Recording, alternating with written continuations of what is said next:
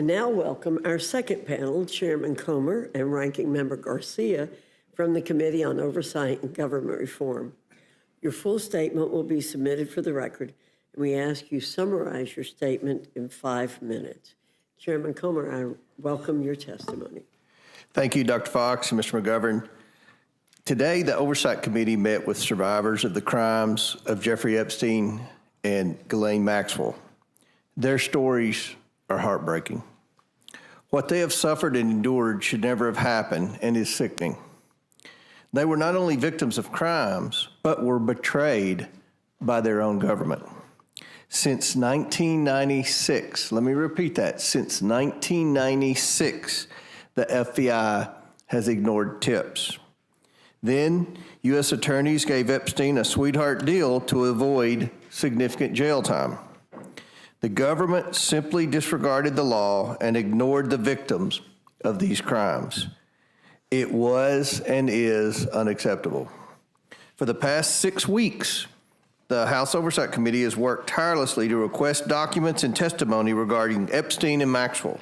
We have subpoenaed Maxwell for a deposition, DOJ for documents, 10 former federal officials for depositions, the Epstein estate for documents, and agreed to a transcribed interview with Alex Acosta. This is the most thorough investigation into Epstein and Maxwell to date, and we are getting results. We have already deposed former Attorney General Bill Barr. The Department of Justice provided nearly 34,000 pages of documents and will produce more, which are being made public as we speak. When we conclude this, all those documents should be online unless we have a crash or something with the computer. The estate will begin producing documents September the 8th. That's the Epstein estate. The committee is working at an unprecedented pace and doing the work as it is supposed to be done. What we heard today is that these survivors support these efforts and support transparency and accountability, goals we all share. This resolution furthers those goals. It supports our work. It supports the release of documents. And most importantly, it achieves what the survivors want. There is no question that Epstein and Maxwell were terrible criminals. With your support and the support of the House, we can continue to do the work to provide closure and justice to the hundreds of victims. I urge support of this resolution, and I welcome your questions. Madam Chair, I yield back and thank you for being in that discussion today as well. Thank you, Mr. Comer. Mr. Garcia, you're recognized. Thank you, Madam Chair. I just want to begin in a very bipartisan manner. Earlier today, I think both Republicans and Democrats got a chance to hear just horrific stories and to hear these incredible and brave women. Thank you. Earlier today, we heard, of course, these horrific stories from these women who are incredibly brave and the courage that they showed to be here to share stories of sexual abuse, some of them when they were girls, young girls, I think has shaken a lot of us on this committee and reaffirmed our commitment to the truth and transparency. Now, the Oversight Committee, particularly Democrats, are going to continue to investigate the Epstein files and bring justice to the victims of these heinous crimes. After meeting with the survivors, of course, of Epstein and Ghislaine Maxwell, we're once again reminded of the monstrous actions that they took against over 1,000 women and girls. It's important that we center their stories and work for accountability. And I want to just remind this committee and the public that Jeffrey Epstein and Ghislaine Maxwell are monsters, criminals, liars, and in no way should they be lionized or supported. And it is an outrage that Ghislaine Maxwell has been moved to a facility where she is now more comfortable. And I think it's also appropriate to say that that was also horrifying to the women in the testimony that we heard today. And re-traumatizing the victims because of this move is shameful and should never have happened in this country. When you harm innocent women and girls, you should be held accountable, and I'm hopeful that in a bipartisan way, this committee will do that. Now, I appreciate that, of course, close to 34,000 pages of documents have been released by the Department of Justice. That is complying with the subpoena, of course, that was put forward. But over 97% of those documents have already been released to the public. And I'm glad that we're releasing all those files to the American public. Most of it's already in the public record. What we need right now is full compliance with the subpoena. And the Attorney General, who once said that the files were on her desk, should release all the files immediately.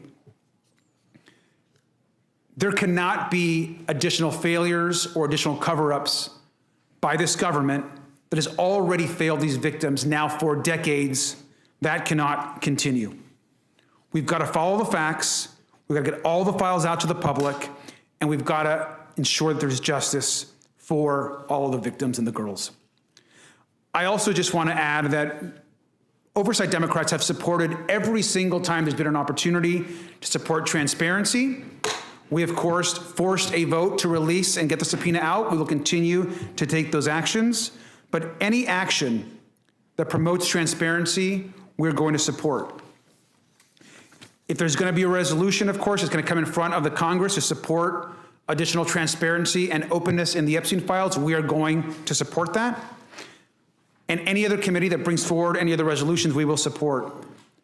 But that does not somehow supplant the work on the discharge petition that Congressman Khanna and Congressman Massey are moving forward. We will continue to support that discharge petition, and we will support any other resolutions that come forward that also holds Epstein, Ghislaine Maxwell, and anyone else accountable. And I'll conclude just by saying that it is our hope that this investigation takes on and leads us to the truth, and we do not care how powerful you are, what political party you're in, how much wealth you have, or how connected you are. If you cause harm to these women and these girls, then we're coming after you, and justice should be served. And with that, I yield back. Thank you very much. Chairman Comer, would you like to respond to anything Ranking Member Garcia had to say? I appreciate his statement that this has been bipartisan thus far. I think this is an opportunity for this committee to demonstrate that we can work together in a bipartisan way. This is a bipartisan issue. Every Republican I know in Congress wants the Epstein files to be released. Every Republican in Congress I know wants the people that were trafficking women to be held accountable. Every single Republican I know wants the government officials who were involved in any potential cover-up or blackmail operation, if there was one, to be outed and held accountable.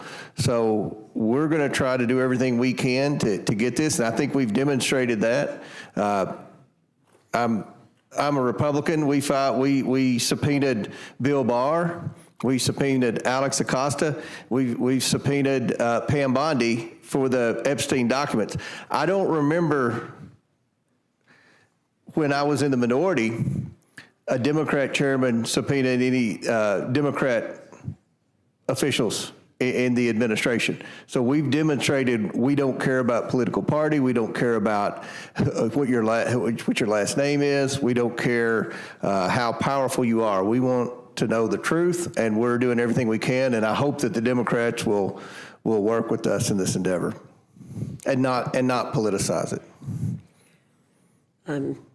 Thank you. I agree with you, and I was in that hearing for the meeting with the victims today, and I appreciated very much, Mr. Garcia, what you said about this being a bipartisan effort and there being so many Democrat members there. But I also agree that there hasn't been this level of interest in this issue before. Right. I've been here a long time. It dates back, what we learned from today, it dates back to 96. It dates back six prior administrations. So there have been many other administrations that could have released it and for whatever reason hasn't. But thus far, this administration is producing documents like we've asked, and I appreciate that. Right. So you've stated a little bit already, the information you've already received from the Trump administration after the subpoena for the records was executed, and how quickly the committee started receiving the information. Yeah, as soon as the subpoena went out, we heard from the Department of Justice. Their attorneys started communicating with our attorneys, and they started gathering the documents, and I think we got the documents in record time. I can't remember a time when we subpoenaed the Merrick Garland Department of Justice and never got anything from them. So I applaud the Pam Bondi and the Trump administration for working with the committee and for being transparent. And as you just mentioned, there have been times when you have requested information. I can remember I've been here 3 months, and I was on the Oversight Committee, on a subcommittee, and we had a bureaucrat come in, and the chairman of the committee said, I've asked you for 3 years to give us information. And the person just sat there and wouldn't say a word and wouldn't respond in any way.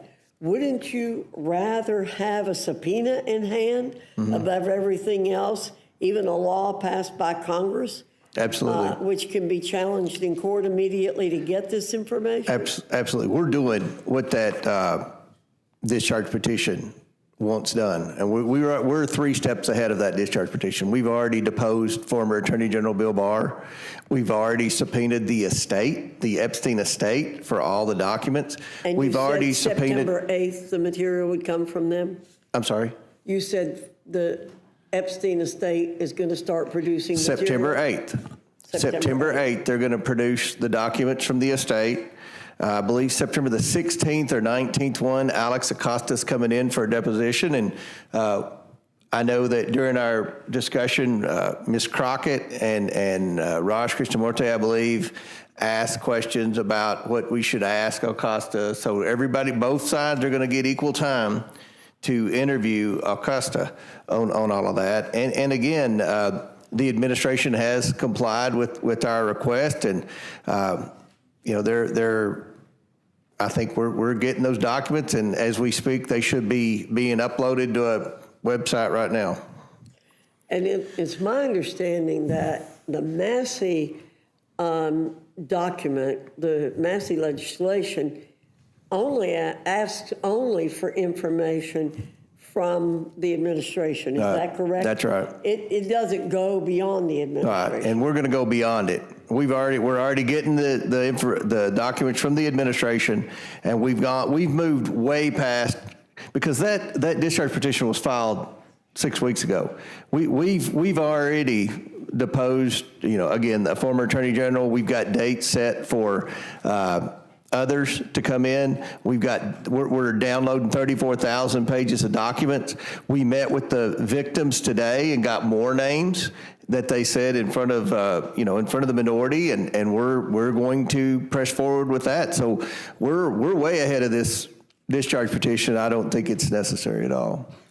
And and you are going to be in a very unique position of being the arbiter of any needed redactions, keeping that decision in the hands of members of Congress, correct? Correct. And there were, one of the victims today made it very clear she didn't want her name, made public. Others said they were willing to let their names be public and were willing to testify in a public hearing. And so, you have to know, you have to have grant privacy rights to the victims. Some of the victims want their names out there, and some want their names to be redacted. And it's my understanding that was not sufficiently taken care of. That's correct. In the Massey legislation. That's correct.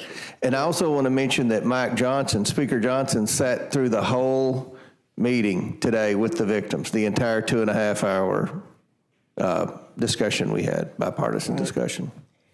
And what I heard from the victims was that they feel for the first time that they're being heard. They feel that they're being heard, but they made it very clear they don't have a lot of trust in anyone affiliated with the government because they believe that their government has let them down. And the timeline of that would date over both Republican and Democrat administrations in the past. Correct. So let me see if I can put all this together. You believe a formalized investigation by the House is the best path forward to obtain the records and disclose them to the people.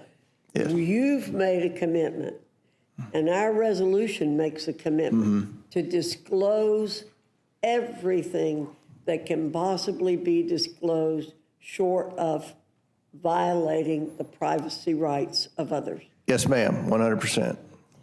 And by having the full House vote and speak in support of this investigation, it will be helpful to you in executing the mission that you're about. Is that correct? Absolutely. If we have to go to court for something, if it's a good bipartisan vote in the House of Representatives, that only helps. Okay, I appreciate that very much. Mr. McGovern.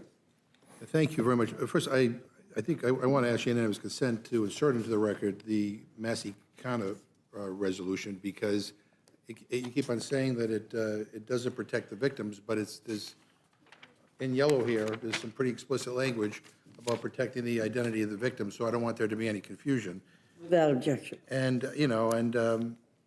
Mr. Comer says it's unnecessary, but this bill we're doing right now is unnecessary because you're already doing something. So I can't help but feel that this is like cover. And I got to be honest with you, we've been trying to bring, legislation to the floor. We're trying to, amend bills to try to get this administration to do what Trump said he was going to do during the campaign, and that is release all the files. We had a recess early because people didn't want to take a vote on it. And I think, I appreciate the niceties of both of you appearing before this committee right now, but I got to tell you, I think what's going on here today is the Republicans are terrified. And I think we all know why.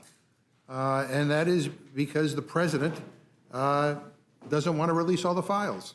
I mean, after promising that he would release them during the campaign, then he issued, that was in 2024, and then 2025, he says, it's all a big hoax. It's perpetrated by Democrats and some stupid Republicans. That's his quote verbatim. So when you say all Republicans want this stuff released, I don't think that guy does. That's right. And what you're telling us that you're going to release some of the files tonight, if I heard Mr. Garcia correctly, 97% of which is already out in public. So we get 3% that's new. I don't know what it's going to say. But I just don't understand what the big deal is. Why can't the administration just release the files? You can do the investigation, but just release all the files. Trump and the people he put in charge of the FBI and the DOJ promised that they would. And it's just kind of strange that they haven't done so yet. I mean, don't you think? I mean, we just want to know, what are they trying to hide? Why is this such a difficult thing for them to do? Before we left for recess, you guys all told us that you wanted to release the files and that a non-binding resolution authored by Mr. Norman was an important step forward to getting the Epstein files released. Why hasn't that been called up yet? Mr. Scott had the authority to do so for weeks. He could do so this week. Hasn't done it. I don't know why not. Maybe Mr. Norman can explain to us why his Epstein resolution never made it to the floor. Maybe Mr. Scott can tell us why, would like to share with us why he decided not to call up the rule for its consideration when it was well within his power to do so. But honestly, the answers they give really don't matter because the resolution was nothing more than a distraction to buy time. And I think we're doing the same again today. But today's resolution is even worse. At least Mr. Norman's do-nothing resolution had a deadline of 30 days. If I'm reading your resolution correctly, there's no deadline. It's just an open-ended distraction with the same goal. Protect the powerful, hide the files, and buy some time for people to forget. So, all that has to happen for the files to be released is one thing. The Trump administration needs to release them. That is all. And if that's too complicated for some Republicans to get their arms around, that's okay, because they're in luck. Someone has already done the work for them, because there is a bipartisan bill offered by Mr. Massey and Mr. Khanna that would force the administration to release the Epstein files while protecting the victims.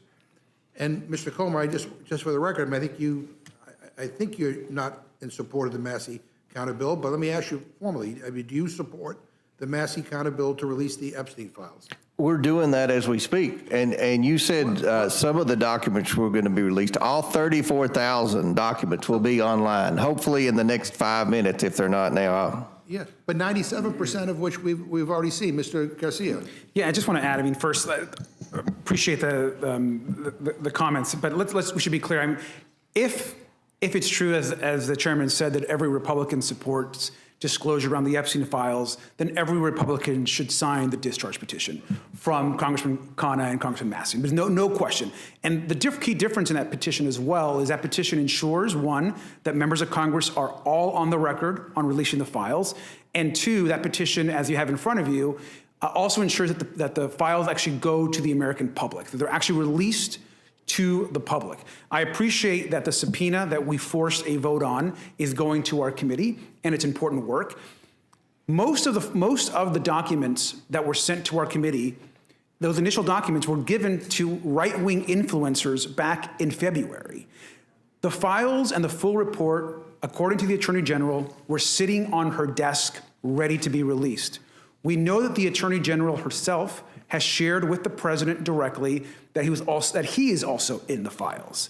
The reason, and we don't understand why this cover-up by the president continues to not release the full files. And so the discharge petition is an important additional step forward for the Congress, the full Congress, to be on record to release the full files. And so that piece is important. And it's clear that, well, maybe there are some Republicans in Congress, and hopefully all, that want to see disclosure. That is not the case with the Republicans in the White House and the Department of Justice. So 7 months to get released, 97% of which already been released. But again, Mr. Comer, do you support the Massey-Khanna resolution, yes or no? We're already doing it. And let me say, the discharge petition does not have the force of law. We've already subpoenaed. You can begin by saying no, and I'll let you. No, look, Mr. McGovern, it's very disappointing that you're trying to politicize this. We're trying to get answers. We're trying to do everything that's in this discharge petition, but you're trying to politicize it. No, it's a yes or no question. It's not a trick question. Do you think... We've already done what the discharge petition's asking. Do you think the resolution saying to keep doing what you were doing is better than a bill that can become law? The bill has no force of law. It has no force of the law. Yeah. You're just trying to do a political stunt. Look, ask the question, Mr. McGovern. Let him answer. Well, I was asking a question. He interrupted me. Okay. It's a simple yes or no question. Simple yes or no question. We're already doing it. All right. Well, that's not a yes or no. But do you think the resolution saying to keep doing what you were doing is better than a bill that can become law, which would require the release of all the files? It doesn't have the force of the law. It's just a political stunt. It's just a political stunt. And you know, this is a resolution. The Massey-Khanna bill would become law. If all you Republicans want everything released, then you could vote for it, and then if he decides to veto it, you could override the veto. The subpoena goes further than the discharge petition. The discharge petition is just a political stunt. Just a political stunt. All right, so and look, we have done everything bipartisan in this investigation. This is an opportunity, and I think most of the Democrats on the Oversight Committee want to be bipartisan in this, Mr. McGovern. So you're not going to answer my question, but look, we're meeting here under an emergency procedure to consider this resolution, which, if I'm reading it right, simply tells your committee to continue doing what you're doing. Do you need this resolution to continue doing what you're doing, Mr. Garcia? We don't. The resolution as presented is not necessary. Again, we want disclosure. We want the files released. But what should have happened is we should vote on the discharge petition and move it forward and then continue our work. Can I say one more thing, Mr. Ranking Member? I also want to be clear that the DOJ has not been forthcoming or presented everything that we've asked for in the subpoena. And I think it's important that even in our recent interaction with the DOJ, they're essentially now not giving us any new additional information as to when we're receiving the rest of the files. And so having Congress act and taking a vote on the full release of the files is an important additional step, which is why the discharge petition is important. And the resolution should not somehow take precedent or discourage members from somehow signing the discharge petition. So help me understand what we're considering right now. Does this resolution grant you any new authority? No. I think the resolution will send a signal if we end up in court. If, as the victim stated today, there's some of the most powerful and some of the richest names in the world were involved in a cover-up, we're going to end up in court. And I think the resolution will demonstrate that Congress is working in a bipartisan manner, not trying to be partisan, to get the truth to the American people and hold people accountable. Yeah, why don't we do both? I mean, Mr. Massey, last time I checked, is a Republican. Other Republicans will sign that. I mean, why can't we do both? I think we can. I think. Excuse me, Mr. McCarthy, would the gentleman yield a moment? Yes. We can. We certainly can do both. Well, let's do- We'll pass this resolution here, and then if sufficient people sign the discharge petition, then it will come out. And it's my understanding there is a significant difference in the resolution that we have here and the Massey resolution, and that is this resolution demands disclosure, whereas the Massey resolution does not. So I think we can do both, and let that happen. That we want to show that we want this done in a very important way. Well, if we can do both, then why is the Rules Committee standing in the way of allowing? I'm going to have a vote on the Massey counter resolution. Well, why would Republicans of the Rules Committee block us from just bringing it to the floor?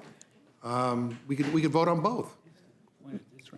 Because they've already started the discharge petition. Well, that does. They've already started it. Yeah, well, that's a nice. That's whatever. That's I don't even want to say what I'm thinking about that answer. But let me just ask. This is a yes or no question. Does the administration have the power to release the Epstein files with appropriate redactions to protect the victims and the survivors?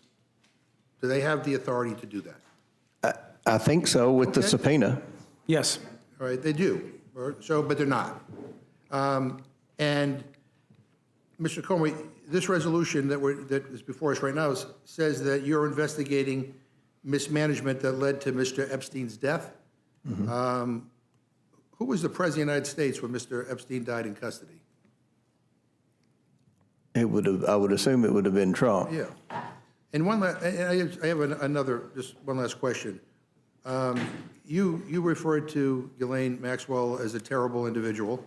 And I guess the question is, maybe you can enlighten us, what have you done to investigate why Ms. Maxwell was moved to a minimum security facility? I mean, she's a convicted child predator,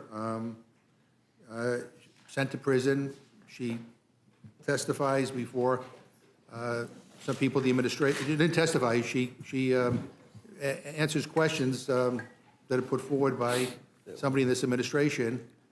She basically says the president didn't do anything wrong, and then all of a sudden is moved to a minimum security facility. Are you going to do? Have you done a hearing on that? Or are you doing a hearing on that? We've subpoenaed Ms. Maxwell. She sent a letter via her attorneys and said that she requested that we wait for the deposition until after the Supreme Court rules on her appeal. We're hoping that's this month. So as soon as the Supreme Court rules on her appeal, we'll go in and do a formal deposition. So Mr. Garcia will be there. I'll be there if he wants to be there. I'm not interested. And those questions can be asked. Those are legitimate questions. Well, but I don't think Ms. Maxwell can answer those questions. I mean, I listened to some of her interview, and it sounded like there was no cross-examination. I'm just curious why, after she said what she said, was she moved? So it's not about Ms. Maxwell. It's about somebody made the decision to move her, which I don't think. was expected. Mr. Garcia? Yeah, I mean, look, let's be really clear. First of all, Democrats on the committee, we did not support moving Ghislaine Maxwell's testimony after the Supreme Court heard her appeal. In fact, that was a decision that the majority made that we did not support. We think that Ms. Maxwell, before she was interviewed by Donald Trump's former personal lawyer, should have been in front of a bipartisan committee in a deposition. And so, to be clear, and I think it's safe to say that it's an outrage and shameful that Ghislaine Maxwell was moved to a facility where she is now more comfortable and has more access to folks both on the outside and her ability to move freely, when she has victimized over hundreds and hundreds of women. And I'll add one more thing to that.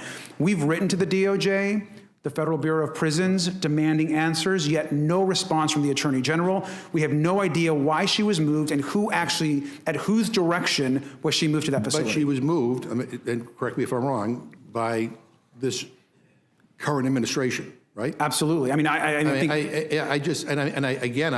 would think that, this is so outrageous that a big part of the investigation of your oversight committee should be on that as well. And I hope that you pursue that. But again, I think it is imperative that we pass the Massey kind of bill, because I think it does have the force of law, because I don't trust this administration to basically. Something's going on here. I don't know what, but there's a reason why everybody went from we're going to release the files one day to the next day saying we're not. So in the spirit of full transparency and the spirit of demanding that they do what they said they were going to do, I think I think we need to do more than what we're doing. Mr. Comer? Yeah, I was just told by counsel the documents pertaining to the move would fall under the Department of Justice subpoena. So I think that's a fair question that I'm confident if we don't ask it, Mr. Garcia will whenever we're. Yeah. I'll tell you, this whole episode has been outrageous, and it's disgusting, and it's been strange, especially the way this Congress has dealt with it up to this point. And so some of us believe we ought to, we ought to also pass the Massey kind of bill, and I hope that we will do that. I hope my friends on the Rules Committee will allow us to offer it, because I'll bring it up as an amendment. I yield back. Thank you, Mr. McGovern. Ms. Fishbach, you're recognized. Thank you, Madam Chair. And I am confused because the Oversight Committee is trying to do the investigation, trying to get the information, trying to get it released. They have been working on it most of August. Yes. A significant part of August. So I am confused as to why the Democrats are opposing this, because you are doing it in the way that it should be done, not some resolution added, like the Democrats attempted to in Rules Committee in the middle of, well, it wasn't the middle of the night, in the evening. But instead, this is a thoughtful way that you are handling this, bipartisanly. I understand, and so I am just really confused about that. And I just want to say that I thank you for doing what you're doing, because we obviously need to figure this out in a respectful manner, so we are protecting those victims who don't want to be publicized. We're doing it in an organized manner so that things happen in a transparent manner. And we are going to, and my understanding is you are going to disclose and publish everything. Everything. And so I don't know if you have anything you want to add to that, but I just wanted to point out how confused I am about this, because this is just grandstanding and political theater. Absolutely. From the other side, because you're doing what you're supposed to be doing. We want to know. I want to know. If you look at the roster of the committee, Marjorie Taylor Greene, Anna Paulina Luna, Nancy Mace, they want to know. I mean, they ask tough questions. And look, when Acosta is interviewed, there'll be some tough questions for him. He has a lot of questions that need to be answered with respect to some things. So we've not put a line down, we're only going after the Democrats. happened in the past when the Democrats were in charge. They only went after Republicans. We want to get the truth, and it goes back. It spans 6 administrations. So, look, for whatever reason, according to the victims today, and Dr. Fox was in there, Mr. Garcia was in there, they've been giving interviews to FBI and other government officials, people in various departments of justice for decades, and name names, and nothing's been done. You know, the Biden administration had an opportunity to release the Epstein files, and they didn't do it. You know, you go back. I mean, this is something that we're committed to doing, and we want to do. I want to be able to say the Oversight Committee, this was a big investigation. The American people are watching. I want everything out and open. So, you know, we're trying to do it, and we're trying to be bipartisan, and hopefully my friends across the aisle, I think the majority of the oversight Democrats are sincere and want to do this in a bipartisan way. Hopefully the Democrat leadership will let this be bipartisan and not play political games. Thank you. Would the gentlelady yield? I will yield. I'm confused too about something that Mr. McGovern said, that 97% of what's been released was already public information. I'm not sure why that's negative, because they keep saying that, okay, 3% is new, but now it's all available to the public. Is that correct? Because maybe it was released to some people, but now it's released to everybody, right? So everyone can see it. Absolutely. And I don't know what the 3% is that hadn't been released before, whether it has any significance, but I'm confused, as the young woman from Minnesota is confused as to why are they downplaying that, or why are they saying that's a waste of time? I don't know. It's not. And, you know, I think all of us during August, if we went out and met with constituents, they were all asking about this. The American people want to know. They would like, I've said this in a million interviews, they want to know, you know, who all was involved in the sex trafficking, what big names were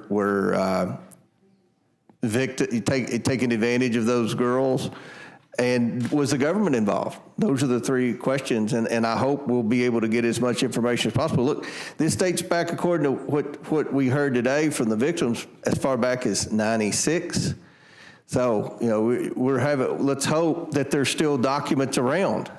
I've always had a huge distrust of the FBI and the Department of Justice under various administrations, and I've always had a theory that sometimes documents don't survive from one administration to the other. We're going to do everything we can to get that information, and I think this resolution's a step in the right direction. I don't think the other thing's needed. I thank the lady for yielding. Thank you. And just to reiterate, I just hope that the Democrats will stop the grandstanding and really, you know, work on the bipartisan oversight committee and making sure that these things are dealt with. I think it's a disservice to all of the victims to not work and to pretend that this is somehow bad, but focus on it and make sure. I'm asking the Democrats, make sure that it's bipartisan. Make sure that you're doing what needs to be done, the disclosure's done and the investigation is done. Because this isn't something that should be about political points. This is about something that we should investigate. And so with that, I just hope that they would come with us and help with the Oversight Committee investigation. Thank you. With that, I yield back. Thank you. Ms. Scanlon, you're recognized. And I would yield to Mr. McGovern for a minute. I'm sorry there's so much confusion on the Republican side of the aisle. I don't understand why we're just not all demanding that the administration release all the files. And we could do that if we were able to vote on the Massey counter resolution. But apparently we can't do that. And forgive me if I'm just a little bit suspicious about all that's going on here, because, I mean, I've been on this committee all year with all of you, and I have watched as we have weaved and dodged and avoided bringing anything to the floor dealing with this. And I've also, you know, we began our August recess early because none of you wanted to take a vote and hold this administration accountable, and you ran out of town. So again, and you know, want to do something bipartisan? Maybe we all can join on a bipartisan appeal to this administration to find out why Ghislaine Maxwell was moved to a cushy facility after she exonerated Donald Trump. So I'm sorry. I mean, we've lived through the last several weeks as Republicans have tried to avoid dealing with this issue. And so I hope, you know, and I trust that there's bipartisan cooperation on the Oversight Committee, and I want that investigation to move forward. But for the life of me, I do not understand why the administration, after promising to release all the files, has chosen not to. So that's what I'm confused about. I thank the gentlelady for yielding. Thank you. Mr. Comer, I think in your introduction, just for folks who are trying to play catch up here, because there's a lot of details and a lot of names being thrown around, you said that one of the issues here is that the U.S. attorney who initially handled Mr. Epstein's case gave him a sweetheart deal. That's right, isn't it? Was the initial U.S. attorney was who? Well, you didn't name him, but it was Alex Acosta, right? I don't know if he was the initial, but he was one of them. Yeah, he gave him, yeah. So he was the U.S. attorney appointed by George Bush in One of Florida, them, whatever yes. district, and he's the one that gave the deal to Epstein, where he served a couple months, but basically got out on release every day, despite all the horrific crimes that we now know occurred. Okay, and in his later career, he became Secretary of Labor in the first Trump administration, right? And he had to leave after reporting disclosed this sweetheart deal. Is that right? I don't know what caused him to leave, but. Okay. It was about that time. Okay. So, Mr. Garcia, I know we've heard that you've received some materials. Are there redactions in those materials? There are appropriate redactions. We'll be able to review the full materials. There'll be some opportunity to review the materials without some redactions from the committee staff and committee members that don't put any of the victims in harm's way.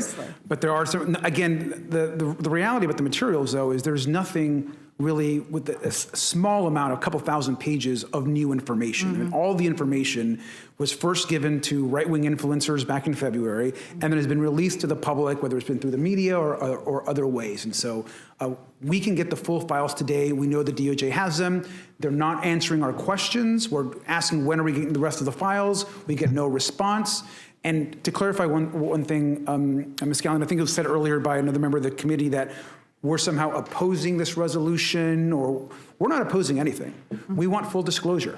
If the majority wants to put together a resolution to add to more disclosure, that's fine. But that resolution should in no way supplant the discharge petition or serve as some kind of distraction to not get the full Congress on record to release all the files. Okay. I mean, I guess I was asking about the redactions because there's been reporting that under Attorney General Bondi, hundreds of FBI and DOJ man-hours have been dedicated to redacting all references to the president. So is there anything to indicate that the materials you've received thus far contain some of those redactions? So we believe that the materials that we've received so far there are redactions in there. We are reviewing some of those redactions currently. The team still is. But we believe that again, that a vast majority of those documents are actually not presenting any new information. And we do believe there are important and critical documents that we have not yet received from the DOJ that contain important information to this investigation, and we have yet to see those. Do you have explanations for the redactions that you have seen thus far? Have those been provided by DOJ? We do have some explanation of some of the redactions, but there are no documents in what we have been presented that are of concern as it relates to redactions. I'm just concerned because that is one of the pieces of the Massey underlying legislation, which is that to the extent the DOJ turned over any materials, it would have to explain any redactions or claims of privilege or whatever. But And I think that's important, certainly in future documents. So Yes. as more documents come forward, ensuring that that is a piece of it is going to be important. And I guess going back to this issue of Ghislaine Maxwell getting this cushy assignment, my understanding is that when she was moved to this new facility, that was against Bureau of Prison regulations, and someone higher up from the White House or the Attorney General's office would have had to excuse that normal Bureau of Prison rule. That is right? correct. Okay, that's what I thought. Okay, thank you. Anything else you want to add? Just that I think that Republicans should join Democrats on the Oversight Committee and others in demanding answers as to why Ghislaine Maxwell was moved and who gave the orders to move Ghislaine Maxwell. We still don't know that question, that answer. I think that's an important part as well, and pleased to have been able to sign the discharge petition before we came up for this hearing, so thank you. Thank you, Ms. Scanlon. Mr. Norman, you're recognized. Thank both of you for coming. You know, I think what's interesting about this hearing, Mr. Governor, you've been kind of very critical of everything that's been going on here and about you need answers, and some of it we do need answers on. But the biggest, and you said things were outrageous and whatnot, you're, you know, confused. What I'm confused about, you were elected to Congress in 1997, 28 years. You were chairman of this committee, the Rules Committee, from 2019 to 23. Now, if this is all of a sudden so important, when you as chairman, you had every right to bring up everything we're talking about now.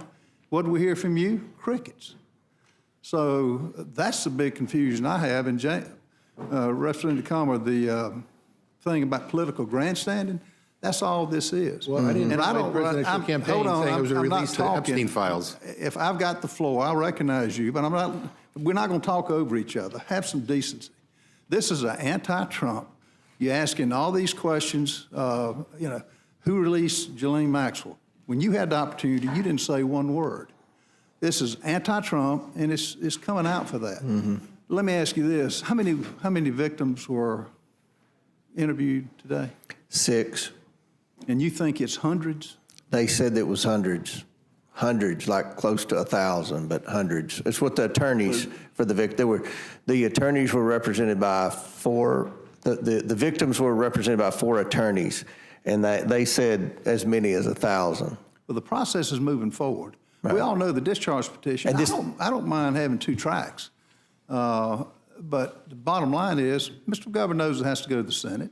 I don't know what they'll do with it, but it's going to take time. You're not waiting on anything. No. You're moving forward. We're moving forward. And like Chairman Fox said, everything's going to get released. Now, let me ask you this. Are the flight logs public information? Who flew on the planes? Is that? Okay. Some are, but the state subpoena should cover more of that. We all know anybody that's, how far back with the flight logs? You can alter a flight log on an air. If you're flying on a plane, you can't. Back to 1990. Okay, 1990. We know people that were on that flight weren't going over there to have Bible studies. Right. They were doing other things. So we'll see, is your opinion, all the flight logs of whoever went, it doesn't matter. Right. That will be released. Yeah. I mean, I want to know. I think everybody wants to know. You hit it on the head, James. I mean, people want to know the names. Yeah. If a crime has been committed against the, thousands of women, young girls, this transcends politics. That's why I don't understand. The fact that you're politicizing this is not right. This transcends. This is young girls getting abused.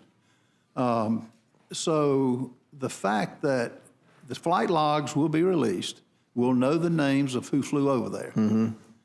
And then the public, I think that's the big name. If crimes have been committed, who did it? Right. And then let them face a trial, let Absolutely. them face a jury of peers. Now, I think Ms. Scanlon said the redactions by Attorney General Bondi contained things with President Trump. Now, what did you say, Representative Garcia? That was not right, correct? I think, well, first, to be clear, I think the Attorney General herself has said that President Trump is in the Epstein files, to be clear. That's been known. reported.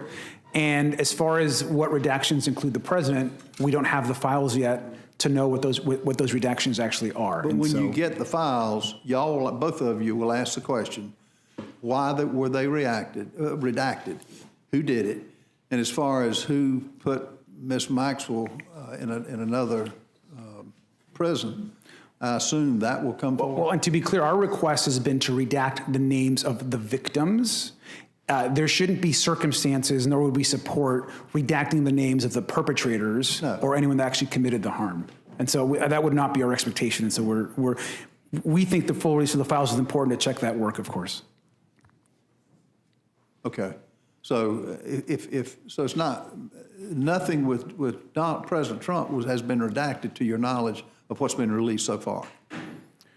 If anything with President Trump's name has been redacted, it has not been, it's not something that's been in anything, it's not any new information. Okay. So that has not been presented to the public. So this just further illustrates this is just a hatred of a president who has got support of 77 million people. I mean, sir, it's the president that actually campaigned on releasing the full files when he was running. I mean, he had made this the central issue of one of the central issues of his campaign. Aside from that, though, you had 4 years under the Biden administration. He was chairman of a committee. He could have brought it up day one. He didn't do it. So if all of a sudden the interest, to be honest, I'm glad it's coming out now. There's been a lot transpired with Ghislaine Maxwell, the death of, I don't even know, when did Epstein die? 2019, August. 2019. Okay, so a lot's happened over the 20 years of this. Well, thank you for what you're doing. I think that the public needs to know, as they do on most everything. There are a lot of questions of the government involvement in the shooting of President Trump. I mean, that's going to come out at some point, not only Butler, Pennsylvania, but the golf course. So is there anything you want to add to what Mr. Garcia or any? No, I just think that, you know, the subpoena covers everything. I mean, if there are flight logs with the estate, that'll fall under the subpoena. If there are questions about why Maxwell was moved from Florida to Texas, that'll fall under the DOJ subpoena. So we are moving forward, and the Department of Justice has been working with us to turn over those documents. It takes a long time to gather and transfer 34,000 pages, and we're hopeful there's more, and we'll look at that and then post it online as quick as we can. Okay. Mr. Norman, would you yield for a minute? Pardon me? Would you yield for a minute? Oh, yes, ma'am. I'll yield. Sure. I just wanted to seek unanimous consent to put in the Newsweek article from August 1st of this year, so just last month, in which it talks about the fact that Trump's name was in the Jeffrey Epstein files and that 1,000 FBI agents were redacting those files to remove his name and others. So it's an August 1st, 2025 Newsweek report. It was also in Bloomberg and several other things, but I know we were on break, so you might have missed it. I yield. Without objection. So what she just said, y'all will be able to get into that, won't you? So you'll be able to answer every question. Now, Mr. McGovern, in fairness to you, you want to answer why, when you were chairman of this committee, you didn't bring up anything about Jeffrey Epstein? Yeah, I mean, one is I didn't campaign that I was going to release the Epstein files. No. Donald Trump made it into a big issue, and then we all expected it was going to be released, and then he decided at the last minute to change his mind, called people, said it was a big hoax, said Republicans were stupid for going along with it, and so those are his words. And by the way, Ghislaine Maxwell just got transferred like a month ago, so I wasn't chairman then. Of the committee. No. Of 2019 to 2023, you were chairman. I would have. Yeah, I mean, if people had brought to my attention that there was something there, I would have demanded that they be released. The victims, no. Well, I mean, if the victims came to us, that didn't hold water. Yeah, but the victims want the files released, and Republicans have been frustrating that effort for months and months and months. And you even adjourned early to avoid having to vote on it. That is not true. I want the truth out there. I want the files out there. I'm taking my time back. I'm reclaiming my time. The fact is, if you had all the interest that you do now, it's just because of Donald Trump. You had 4 years to do it as chairman of this committee. You've been in Congress 28 years. You and I both know the victims. This has been out that that young girls have been victimized for the last 15 years, and you did nothing, which it shows you the hatred they have, and everything's political up here, particularly when it comes to Donald Trump. But the American people don't agree with you. Thank you, both of you, for testifying. I yield back. Thank you, Mr. Norman. Ms. Leisure-Fernandez, you're recognized. Hello, Chairwoman. We are back, aren't we? And we're back on Epstein, which is where we were before, indeed, Johnson shut down Congress early so we would not have to vote on a motion to put on the floor of the House the Massey kind of resolution to force the release of the Epstein files to the public, to pass a bill that would make it law that all of the files would have to be released. And there is no reason why we cannot still have that be a rule. And we can do both. But Republicans, and Trump especially, seem terrified of those files and seem willing to do all kinds of things to avoid a vote on that bill. I know. Now, I want to go into some other things, but I'm going to yield some time to my ranking member. No, I would just want to respond to Mr. Norman. I knew there was some there when this administration was trying to hide everything. And that's, quite frankly, what, what has a lot of us concerned about what we're not doing here today, and that is not voting on the Massey counter bill. And my understanding is that there's some reporting out now, we're hearing, that the White House is calling Republican members, asking them not to sign onto the discharge petition. And I don't even know what the hell happened to your resolution that you brought up before we kind of abruptly left early for our August recess. But yeah, this doesn't smell right. I think we need to get to the bottom of this, and that means that all the files have to be released. I yield back, I thank the gentlelady. Thank you, Ranking Member. And, I am chair of the Democratic Women's Caucus, and we are always concerned about the fact that in this country, women and children and girls are attacked, they are abused, they are raped, they are trafficked. And they are done so by men like Epstein and by women like Maxwell, Ghislaine. And I think that it is an outrage, as you pointed out, Ranking Member Garcia, that she has now been treated favorably by the Trump administration after saying some things they liked. And what we haven't heard from you, Chair Comer, is a commitment not to say, well, it's going to be in the subpoenas, but to have a hearing on why. Will you commit to having a hearing to determine why she was moved to a more favorable conditions after that interview? We'll have a hearing to determine the crimes that were committed. The hearing is going to be geared towards seeking justice for the victims, not scoring political points like you all want. We're concerned about the victims and their request that someone finally be held accountable, because they weren't during the Biden administration, they weren't during the Obama administration. I'm going to take. They weren't during the Clinton administration. The question was whether you would hold a hearing as to we'll have a hearing. She was transferred. Why she was transferred after that. We'll have a hearing, and if someone wants to ask that question, they can ask it. You can ask any question. We'll have a hearing. But it wasn't a hearing on what the question was. And you want to have a whole hearing, a whole entire hearing, not about the victims, not about a government cover-up, not about human trafficking, but about Maxwell, who you all were like begging to be deposed, and I did the subpoena. Now you want to, now you're mad because she exonerated Trump. We brought in Bill Barr, who is I don't think it's any secret that he and Trump aren't best of friends. I'm going to reclaim my time. Well, that's fine.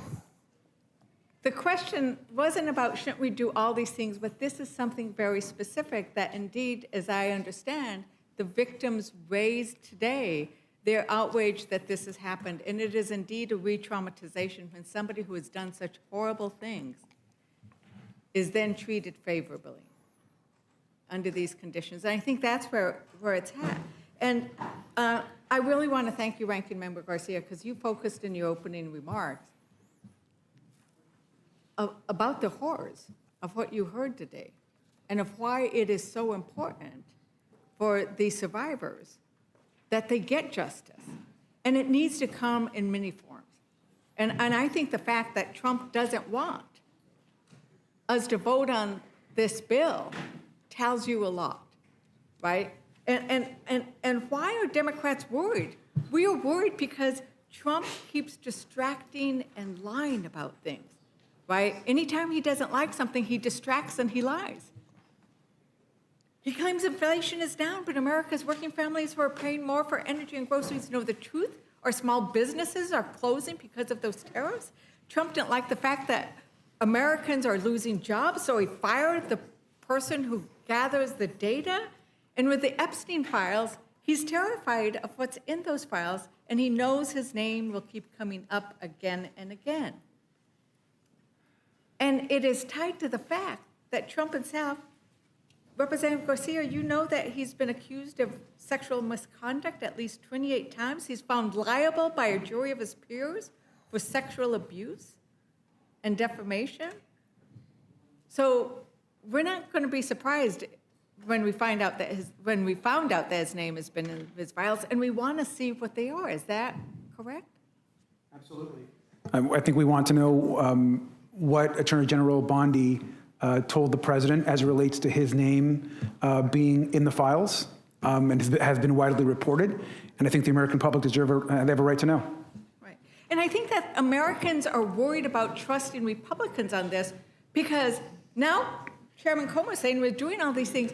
Had they done anything at all before Democrats forced the vote on the subpoena? Had oversight done anything on Well, this I think before? that's a good reminder. I mean, the vote was a forced vote by a subcommittee of Democrats on oversight, where we got not all, but some Republicans to join all Democrats to subpoena the Epstein files. And had Democrats not taken that action, we'd have no subpoena, and we'd still be much further back in this investigation. Right.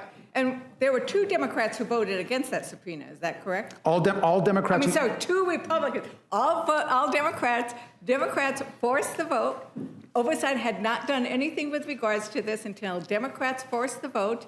And then you had 2 Republicans vote against it nevertheless. Is that correct? Including the subcommittee chairman, I believe. Including the subcommittee chairman. So leaders in the committee voted against the subpoenas. Now they're taking, and so this is why Americans might be worried about whether they're going to be forthcoming. Now, Chairman Comer, this resolution would give you, and only you, the power to decide what information in these documents is redacted or withheld. Is that correct?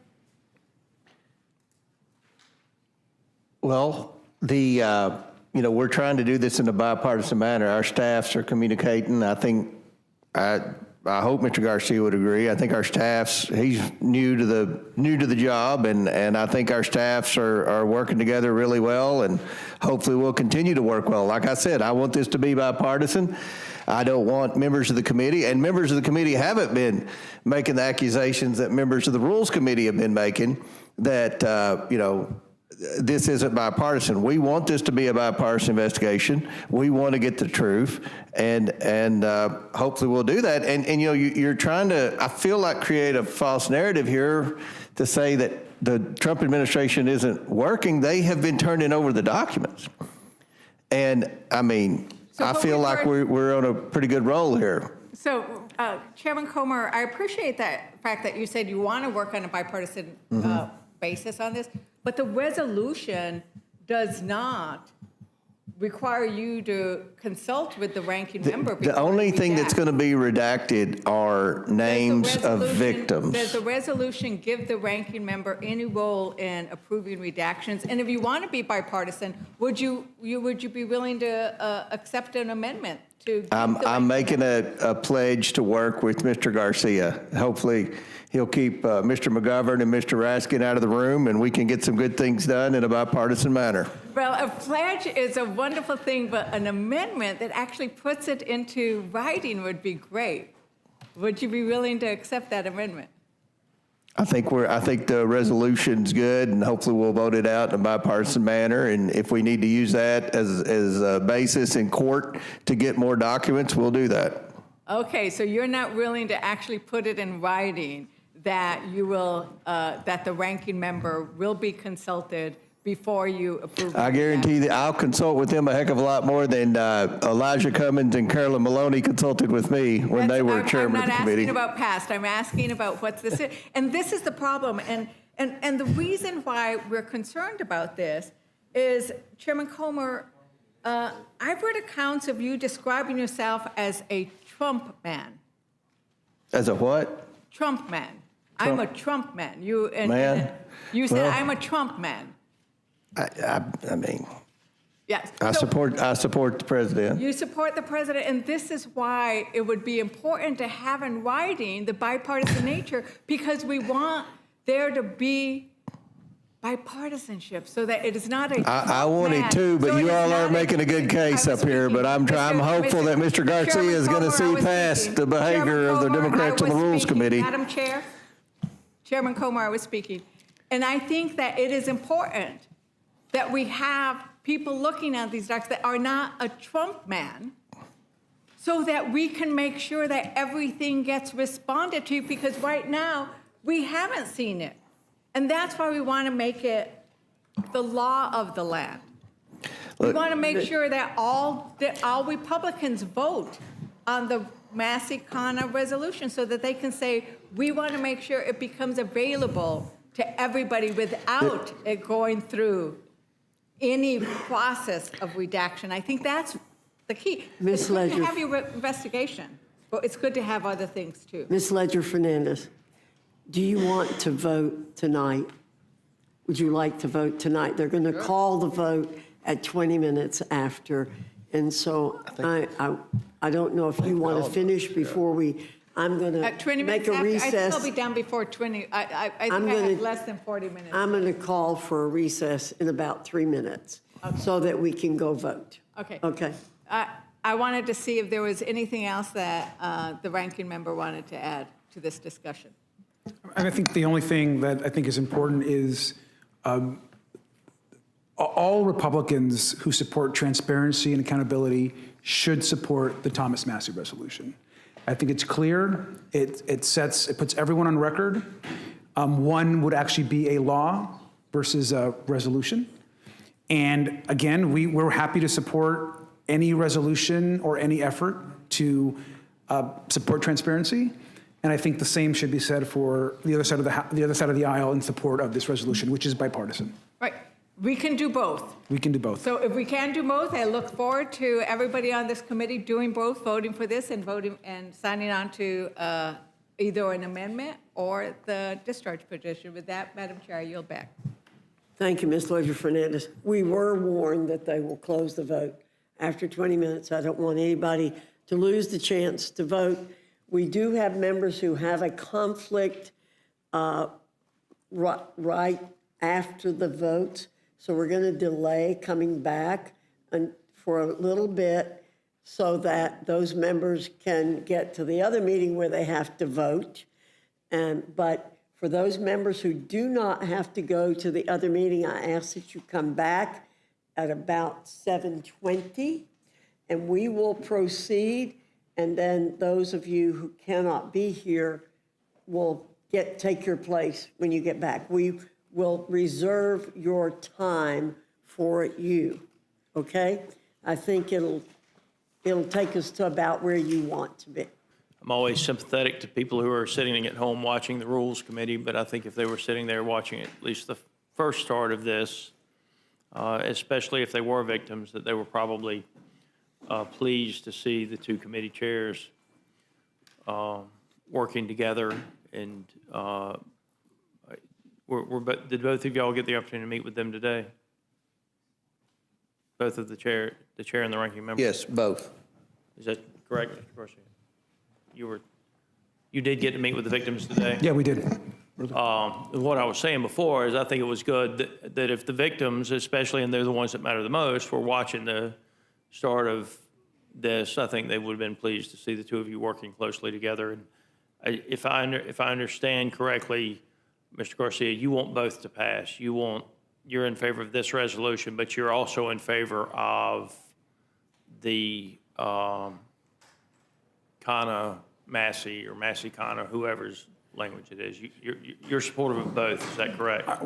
I don't know that the resolution per se is necessary, but we're happy to support it moving forward. But that should not preclude the Massey resolution with Kana to move forward. Fair enough. And I'll tell you, I mean, I think the signatures will be there. I'm just talking about my opinion. I think the signatures probably are there on the discharge petition. And then, obviously, if the signature's there, it would, I expect, pass on the floor of the House. And then you would both agree with me, I would hope, though, that it being a bill, it would then leave the House and go to the Senate.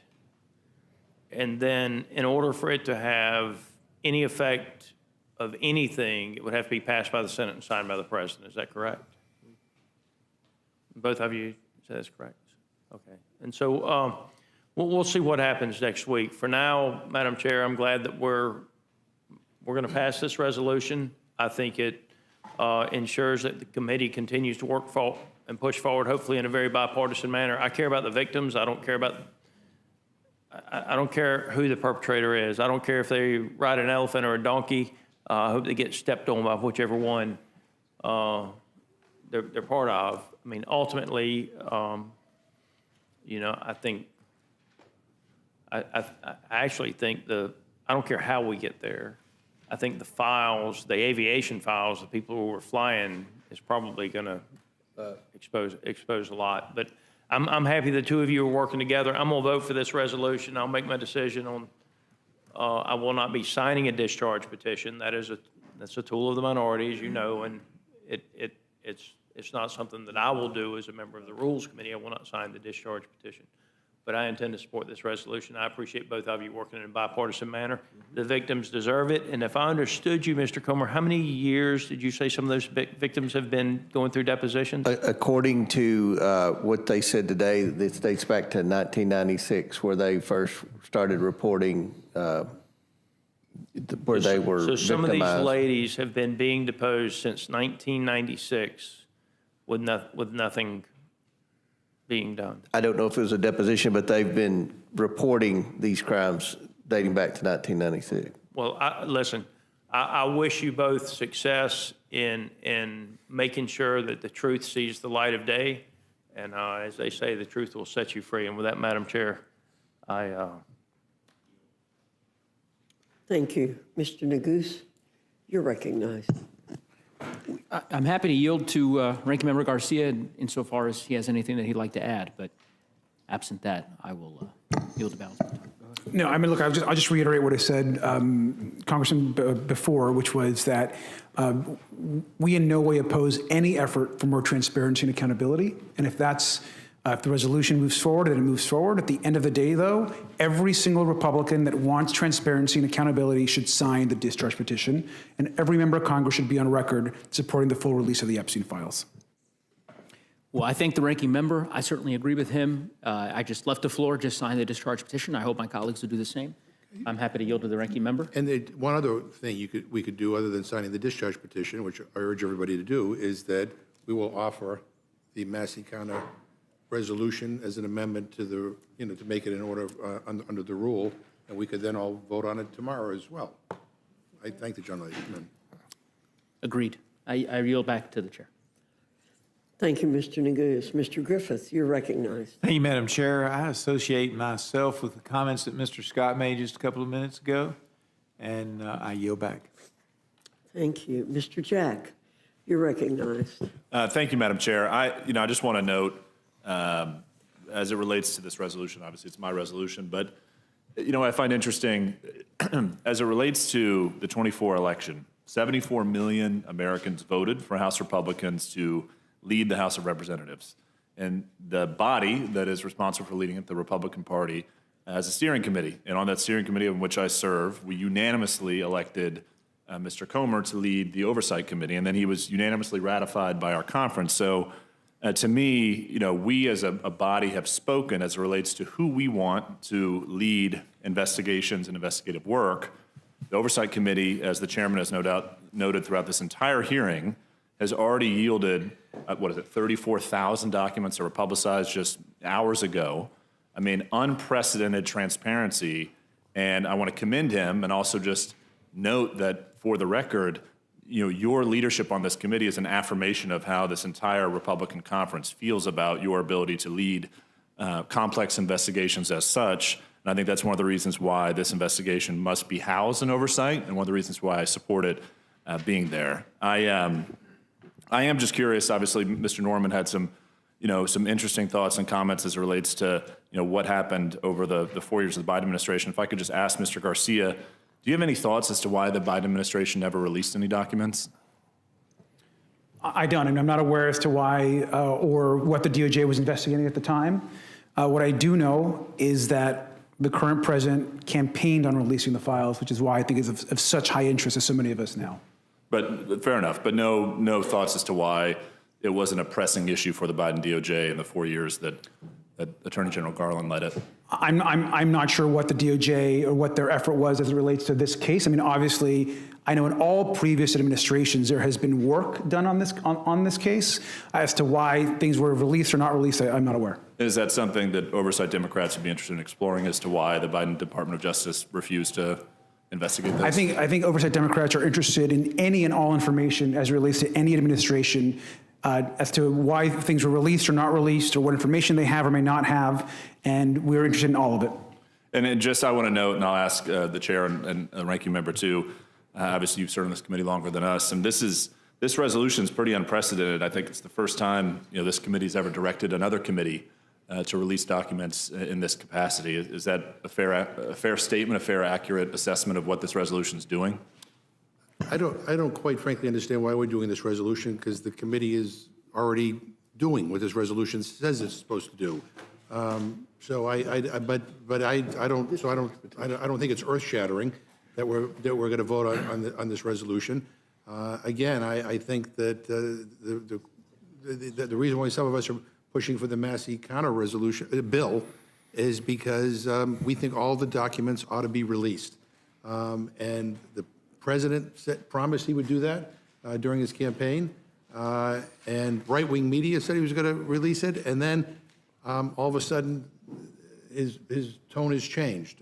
So I don't have any problem with this resolution that we're dealing with right now. I think it's unnecessary, and I do think we need to pass the Massey counter resolution. Well, and fair enough. I just want to acknowledge that, as I understand it, and would welcome you correcting me later on, that this is the first time, insofar as any of us know, that a committee has directed another standing committee to act in this manner, which I think is very important, and I think it shows the seriousness of this resolution. So I don't view it as anything other than productive. Madam Chair. If I could respond to that also. I think the Massey resolution has asked for a similar scope of DOJ documents, but it's not binding, and it also doesn't have the force of law. Right, and there's much that is in this resolution that is not requested in the Massey resolution. So we're doing a lot more than the Massey resolution, and mandating it from this committee, I think, puts an extra emphasis on it. And I want to point out something earlier that was said by Ms. Ledger-Fernandez. She brought up the issue that Democrats forced this out of the Oversight Committee. But if the gentleman would yield, sure. Mr. Comer, would you explain that? Because we do have a majority on the Oversight Committee. Right. How could the minority force the chairman of the subcommittee to do anything? They can't. Well, there was a motion, and the Republican subcommittee chair, Mr. Higgins, accepted that motion, and it was voted on by a majority of Republicans as well. So we weren't forced to do anything. The committee wanted to do it. I mean, our Oversight Committee has been very vocal that they would love to take part in an investigation with respect to finding out the truth about Epstein Island. So our committee's been on this, and there was nothing forced down our throats. We operated the way we operate. Madam Chair, just, Well, would the gentleman? will the gentleman yield? I'll yield to you, Yeah, yield. right. Yeah. First of all, I think the subcommittee chair voted no on the subpoena. But let me put that aside for now. I don't mean to correct the chairwoman, but what we're talking about here is a resolution, and the discharge petition would bring to the floor a bill that could become law, and a law has more force than a resolution. And so all we're saying is, let us pass the law and put some teeth in it, because again, the President of the United States has changed his tune. He now is saying that this is a hoax and that Republicans who go along with it are stupid. That's his quote.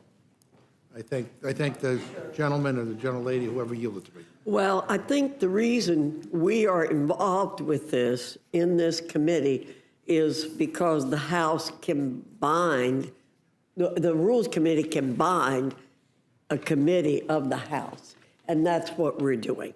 We're binding the committee to do its job. And if Mr. Comer, as the chair, doesn't do his job, I believe he could suffer consequences as a result of this resolution. And I think that's important. It's showing that we mean something. And I think, as Mr. Jack said, the bill then, if you do the Massey resolution, has to go to the Senate. We could do both. We do both. Well, we'll see. It's again, it's being, there's been the petition is being signed to release it. If it's released, fine. But we're doing this today. But Republicans could accept my amendment to make it in order, and we could do it immediately. Well, and we'll have that debate. I'll just close by saying that, again, I want to commend Chairman Comer. Under your leadership, more transparency has ever occurred under this issue because of what you've done over the last 3 or 4 weeks. And it's why I think the conference elected you to lead the Oversight Committee, and why the conference chose you to be the person responsible for these complex investigations. And it's already produced a lot of transparency in that regard. So with that, Madam Chair, I will yield back. Pardon me. Thank you very much. Mr. Roy, I'm going to recognize you, then Ms. Houch, and then Mr. Langworthy. I thank the chairwoman. Chairman Comer, is it not true that it was the Trump administration in July of 2019 that arrested and indicted and went after Epstein? That's true.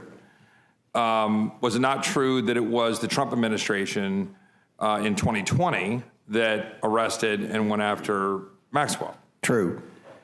And in fairness, that then proceeded into the Biden administration for the ultimate conviction, correct? Right, okay. Correct. So that was proceeding, and so the Department of Justice had a lot of these materials for both of those two prosecutions, correct? Correct. And so well into the Biden administration, they were prosecuting Maxwell, correct? Correct. And so they would have had access to a lot of information. 100%. And didn't do anything to pursue our current president, didn't do anything to go pursue any other potential criminals that they might want to go indict, didn't do anything material to have legislators in this body or Democratic colleagues offer any resolutions or any legislation. Is that true? That is true. Okay. So would you not agree with me that this is entirely political? It's 100%. Because at the end of the day, we all have the same purpose as stated by, and I would assume that the ranking member has stated that his purpose, Ranking Member Garcia, would you agree, to seek the truth wherever it may lead? That's what I've heard you say, effectively. Absolutely. Right? And wherever that may lead in terms of who that might land on. And I don't think there's anybody in this room or anybody affiliated with any of us in Congress that doesn't want to pursue justice here and that aren't horrified by the events and by everything surrounding this whole affair. Would you both gentlemen agree? Yes. Yes. And so I think for me, there's a fundamental question. I applaud the purpose of the Massey bill and Mr. Khanna. But would the chairman elaborate to the extent he hasn't already? Aren't there concerns mechanically with the bill as it relates to the potential unmasking of individuals, Yes. as it relates to particular reference to statutes? And do we not also believe that, is it not your belief as chairman of the committee, that you're essentially pursuing all that that bill's intent would be to pursue? Would you agree? I agree. And something else, the Massey and Connor resolution doesn't have anything pertaining to financial records. Right. Even the victims' attorneys today quoted something I said on a TV interview, follow the money. And where we intend on going with the advice for the counsel of the victims today, which we had already planned on this, but we're definitely moving in that direction, is to go after the bank records and the suspicious activity reports, much like we did in the Biden family influence peddling investigation. Identify accounts and see what usually the banks catch. Ralph knows, and Langworthy and Byron and everybody that's been involved in banking, they know the banks are usually on top of any type of suspicious activity like that. So we're going to go that route. That's not addressed in the Massey Connor. They're only talking about the Epstein document. There are people to bring in and depose, which we're already in the process of doing, including the former Attorney General Bill Barr.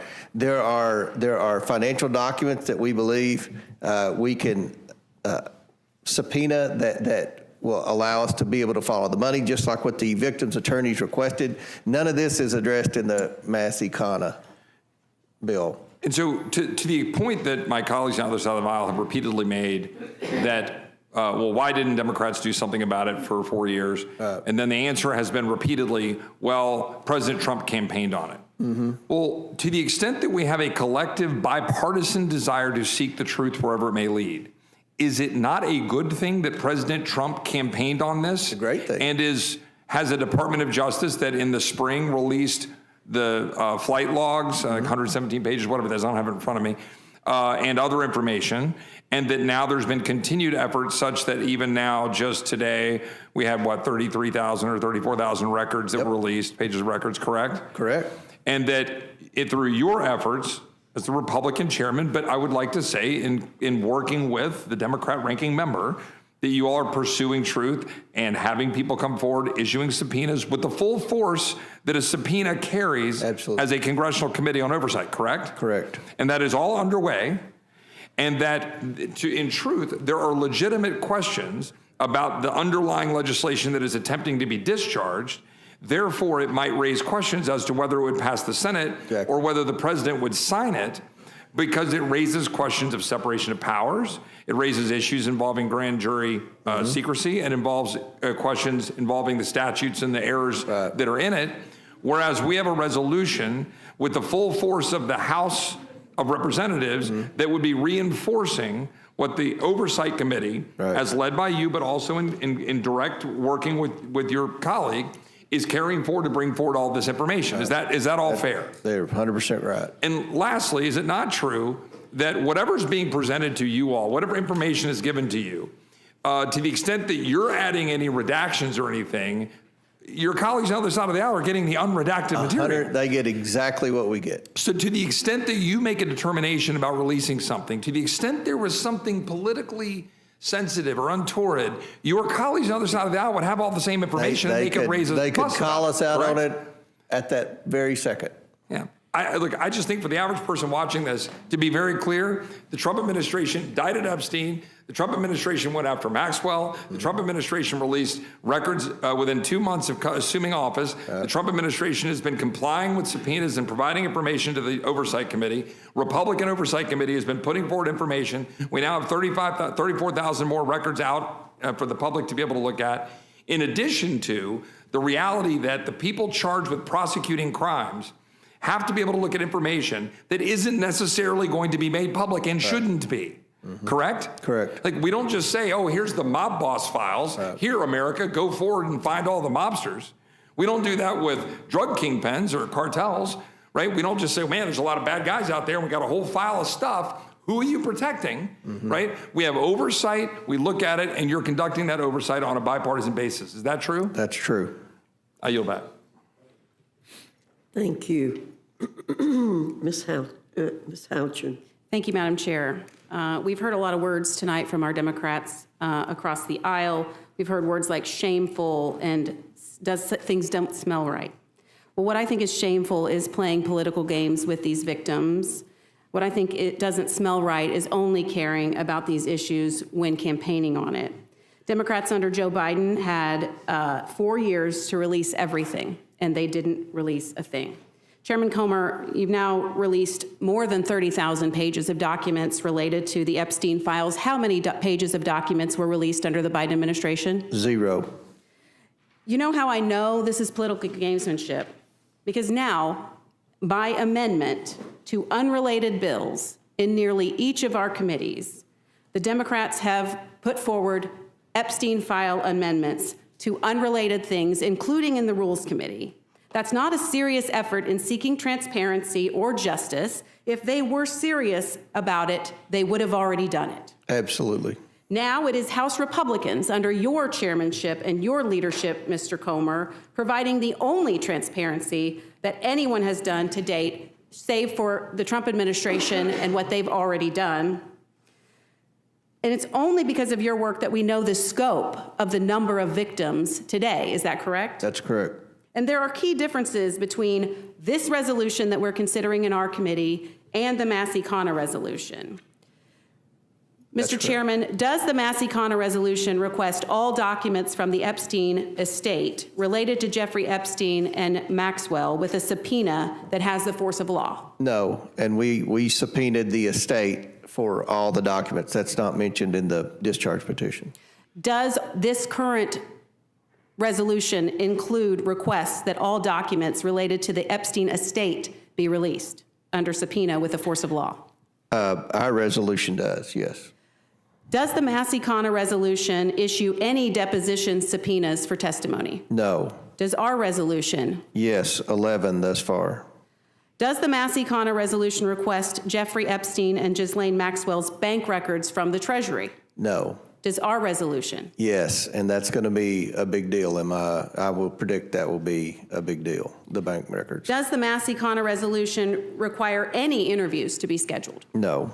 In direct working with your colleague is carrying forward to bring forward all this information. Is that all fair? They're 100% right. And lastly, is it not true that whatever's being presented to you all, whatever information is given to you, to the extent that you're adding any redactions or anything, your colleagues on the other side of the aisle are getting the unredacted material. They get exactly what we get. So to the extent that you make a determination about releasing something, to the extent there was something politically sensitive or untoward, your colleagues on the other side of the aisle would have all the same information and they could raise a They could fuss call about us out correct? on it at that very second.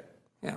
I just think for the average person watching this, to be very clear, the Trump administration indicted Epstein. The Trump administration went after Maxwell. The Trump administration released records within 2 months of assuming office. The Trump administration has been complying with subpoenas and providing information to the Oversight Committee. Republican Oversight Committee has been putting forward information. We now have 34,000 more records out for the public to be able to look at. In addition to the reality that the people charged with prosecuting crimes have to be able to look at information that isn't necessarily going to be made public and shouldn't be.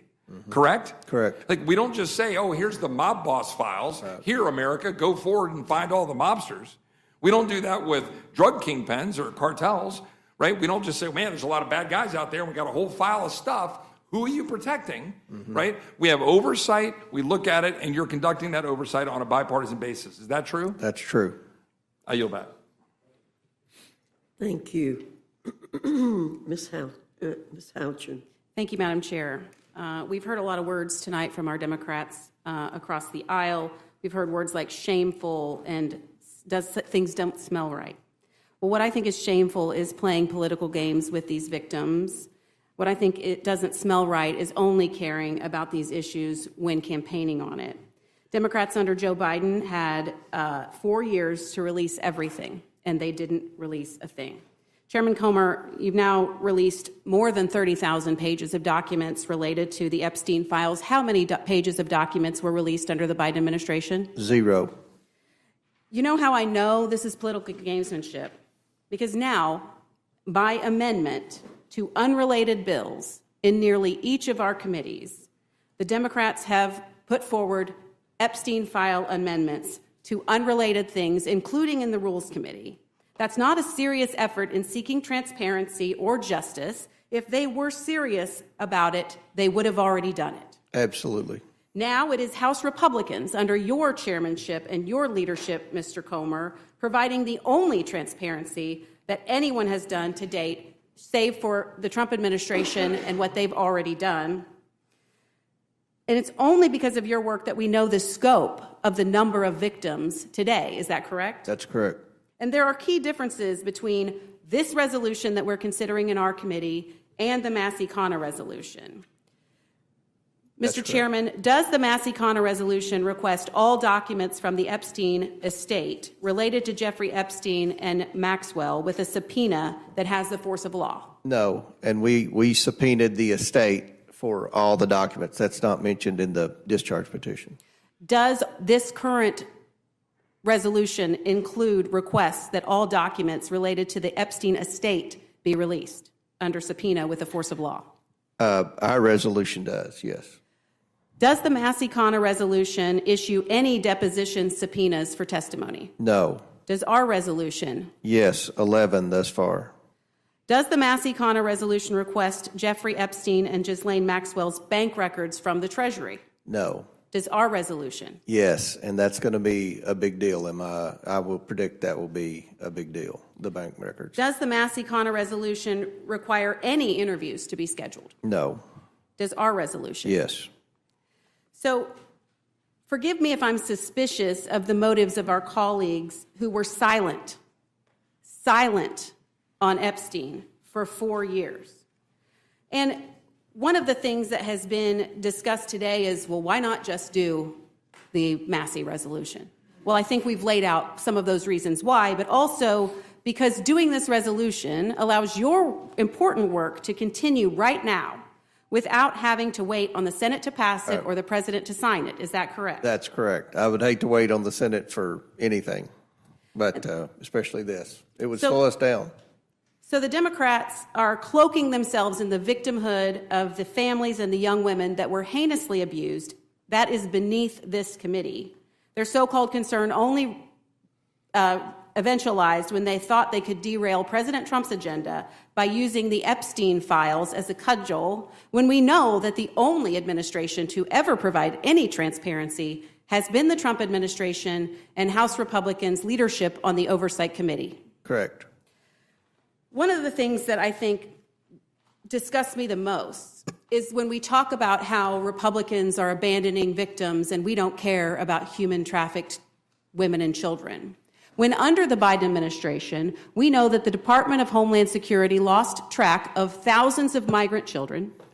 They failed to provide complete sponsor addresses for 31,000 accompanied minor children. Without sponsor addresses, law enforcement had no ability to track them. DHS officers under the Biden administration failed to enroll over 233,000 migrant children who crossed the border since January of 21 in immigration proceedings, increasing their risk of being human trafficked and exploited. Of the ones they did enroll, 43,000 failed to appear. Health and Human Services failed to provide updated sponsor information to DHS when sponsors changed addresses, further hindering DHS's ability to find children. So we know that law enforcement has extreme concerns about the way in which these children were handled under the Biden administration, but we haven't heard our Democrat colleagues express an ounce of concern for the 233,000 children that have been misplaced and 43,000 who just didn't appear. In fact, 24,100 migrant children of that number were placed with unrelated sponsors or distant relatives that law enforcement has concerned that these children are at higher risk of trafficking. I worked in child services. I know what stringent requirements are necessary for making sure that children who are in placement are protected. The Biden administration did none of that, and our Democrat colleagues have remained silent. I think that is horrible, absolutely horrible, to sit here today and lecture us on how we do or don't care about the victims of human trafficking when the Republicans are the only ones who've provided any transparency at all. I think it's despicable. Thank you, Madam Chairman, and I yield back. Thank you very much. Mr. Langworthy, you're recognized. Thank you, Madam Chair. I think that my colleague from Indiana, Mrs. Houchin, did a pretty brilliant job of going point by point through the Massey resolution and showing why it's not equipped to get the answers that the Oversight Committee is. And I want to thank the chairman for your work for the last 5 weeks and the ranking member. And hopefully we can get to a place of bipartisanship here. Democrats have tried to rewrite history relates to Epstein over the last 2 months. These files sat under lock and key, and they stood by and did nothing for the last 4 years, as many of my colleagues have pointed out here. These sudden calls for transparency only came after the Republicans in the majority were achieving the agenda that they ran on. They looked for a distraction. They looked for a political tool. And this is a pretty craven political tool to question the character of your colleagues in the name calling and the assaults on individual member character because of this issue, when it was actually your party, when it was in power and had the opportunity to do something with it, and you did nothing. The fact is Republicans have led the way on transparency from the very beginning. It was the House Rules Republicans who first advanced meaningful calls to release the Epstein files.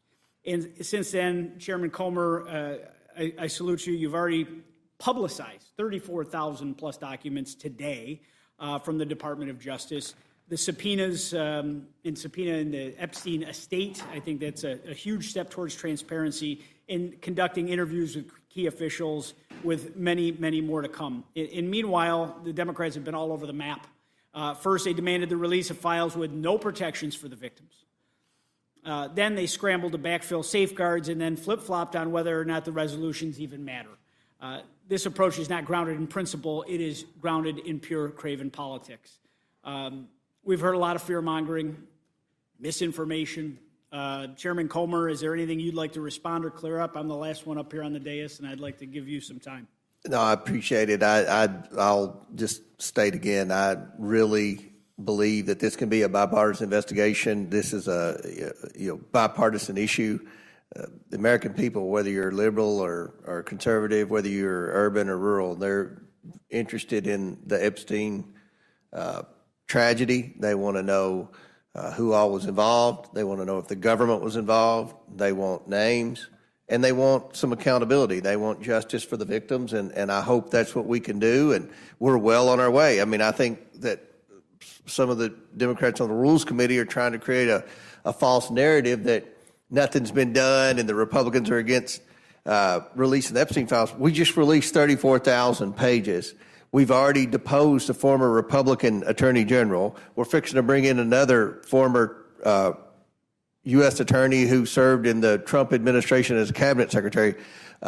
We haven't heard back from many Democrats yet that we've subpoenaed. So I think the Republicans have stepped up, not just in Congress, but also in the Trump administration, releasing the Epstein files. I expect to have 100% of the Epstein files, and look, as soon as we get them, we're going to look at them, and we'll make sure that no names of victims are published who don't want their names published.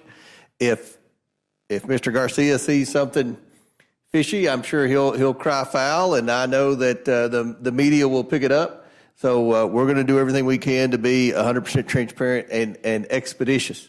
And I think that what we're doing tonight will help us if we end up in court with anything. But the discharge petition and waiting for the whole process, that just slows us down. That just slows us down. And we're moving at a rapid pace, and hopefully with this resolution we can keep moving. And like I said, we've already got scheduled dates for more interviews and expect to receive more documents. So September the 8th is when the state is going to turn over the document. We'll be hopefully looking at bank records very soon. So I think you're going to see a lot. We've already moved quickly over the last 30 days, and I think you're going to see a lot more movement over the next 30 days. Thank you for your leadership, Mr. Chairman, and Madam Chair, I yield back.